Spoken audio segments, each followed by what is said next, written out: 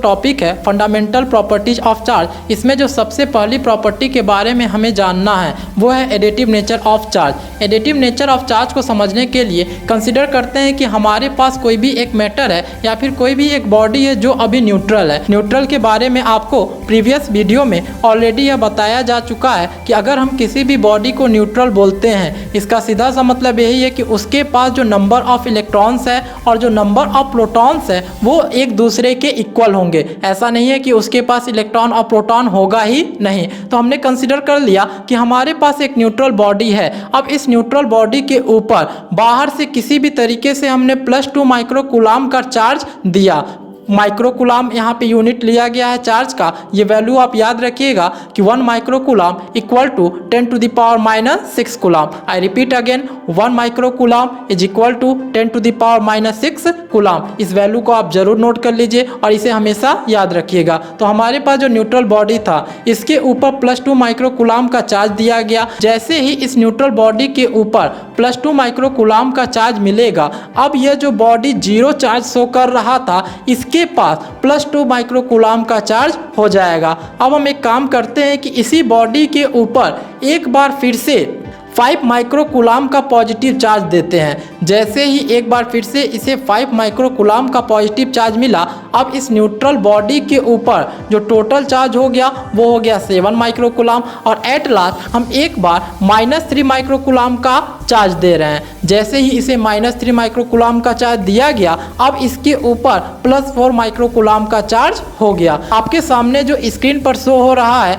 जिसमें आप अच्छे से देख सकते हैं एक न्यूट्रल बॉडी था और इसको अलग अलग डिफरेंट चार्ज देते देते हमने जो लास्ट चार्ज दिया वो था -3 माइक्रोकूलाम का और इस बॉडी के ऊपर जो नेट चार्ज मिला वो आया +4 माइक्रोकूलाम का। यहाँ से आपको एक चीज़ तो जरूर क्लियर हो गया होगा कि यहाँ पर जो सम करने का काम किया गया है वो सिंपली अलजेब्राइक सम करने का काम किया गया है। एडिशन करने का, सब्ट्रैक्शन करने का यहाँ पे कोई एक्स्ट्रा रूल का यूज नहीं किया गया है। हम जो सिंपली एडिशन और सब्ट्रैक्शन जानते हैं डायरेक्ट उसी का इस्तेमाल करके 5 में 2 जोड़ दिया गया, 7 में से 3 माइनस कर दिया गया। इसकी सहायता से हम आसानी से चार्ज के एडिटिव नेचर को समझ सकते हैं। इसको थोड़ा जनरल फॉर्म में रिप्रेजेंट करते हैं कि मान लीजिए कि हमारे पास कोई एक ऑब्जेक्ट है जो कि न्यूट्रल है और उससे हम कुछ चार्ज प्रोवाइड करा रहे हैं। Let us consider an object which is neutral and we provide some charge on it. जैसे ही इस न्यूट्रल बॉडी के ऊपर डिफरेंट चार्ज प्रोवाइड किया गया, जैसे सपोज कर लीजिए कि इसके ऊपर Q1, Q2, Q3 dash Qn charge provide किया गया। आपको बताया जा चुका है कि इलेक्ट्रिक चार्ज को हम कैपिटल Q या स्मॉल q किसी से भी डिनोट कर सकते हैं। तो इस न्यूट्रल बॉडी के ऊपर हमने अलग अलग डिफरेंट चार्ज को प्रोवाइड कराया। तो इस टोटल बॉडी के ऊपर जो नेट चार्ज आएगा वो अलग अलग प्रोवाइड किए गए सभी चार्ज के अलजेब्राइक सम के इक्वल होगा। जिसे ही आप स्क्रीन पर देख रहे हैं, net charge is equal to Q1 + Q2 + Q3 ... Qn। यहाँ पे इस बॉडी पे नेट चार्ज को निकालने के लिए सिंपल हमने अलजेब्राइक सम करने का काम कर दिया। इसी को रिप्रेजेंट करने के लिए समेशन साइन का यूज किया गया। Sigma i is equal to 1 to n Qi। i का वैल्यू 1 से स्टार्ट किया गया है और n तक गया है क्योंकि Q1, Q2, Q3 ...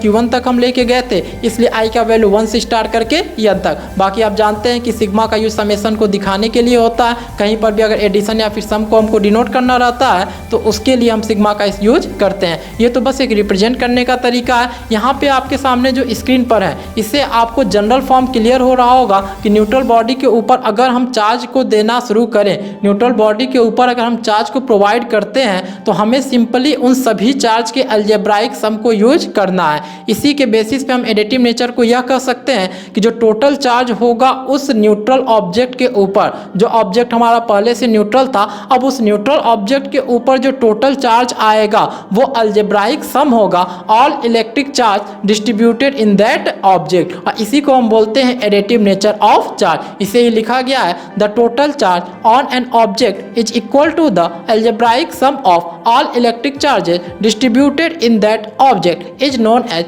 additive nature of charge.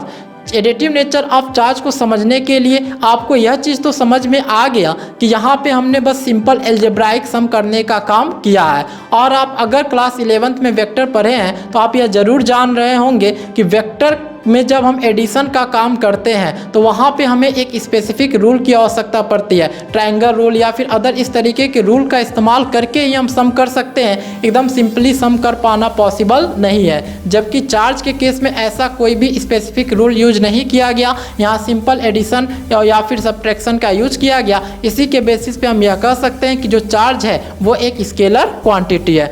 On this basis we can say that charge is a scalar quantity. इस पॉइंट को आप जरूर ध्यान में रखिएगा। अगर आपने अभी तक हमारे चैनल को सब्सक्राइब नहीं किया है तो नीचे दिए गए लाल बटन पे क्लिक करके उसे सब्सक्राइब कर लें और साथ ही साथ नोटिफिकेशन बेल को दबाकर उसमें ऑल ऑप्शन को भी सेलेक्ट कर लें, जिससे हमारे आने वाली वीडियोस की नोटिफिकेशन सबसे पहले आपको मिल सके। और